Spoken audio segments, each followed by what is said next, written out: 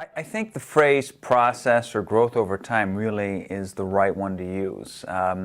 So often reflection has a product-driven quality to it. Okay, so I submit something, I get some feedback on it, whether it's a grade or applause or whatever, and then I can reflect on it once it's finished. And so reflection often has an end game quality to it. How can we intercede,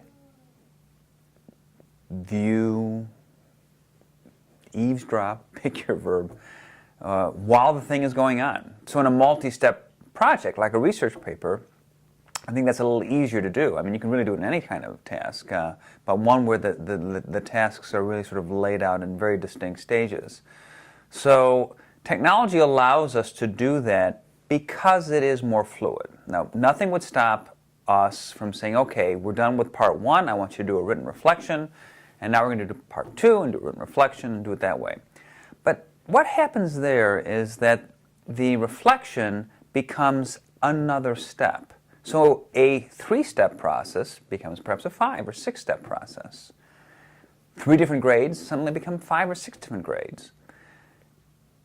By comparison, if the reflection occurs concurrent with the actual process, it's almost, you're a psychology person, it's almost like a Jungian dialogue that's going on at the same time, that we are bearing witness to what the kids are thinking while they're actually doing it. And also subscribes to the notion, which I believe research supports, so I can't quote any, that kids think things through and process things through faster than what they'll ever be able to show in a classroom. That what happens in our head is much quicker than what behaviors we demonstrate, even when we speak it. So we kind of know the answer, and then the rest is sort of just an illustration of that. So technology gets us very close to that reflection as we do that without slowing the kids down. And so that's the key. If reflection becomes another stage, I mean, yes, there is value to that. You must stop and slow things down. I get all that. But when you're doing something that takes 3-4 weeks and has many steps to it, if you can kind of see that reflection happening at the same time that they're doing it, if you can somehow create a situation where that does that, then you're not slowing the kids down, and you're allowing to bear witness to their process as they're going on. And technology lets you do that in a way that I think we haven't been able to do, at least as easily.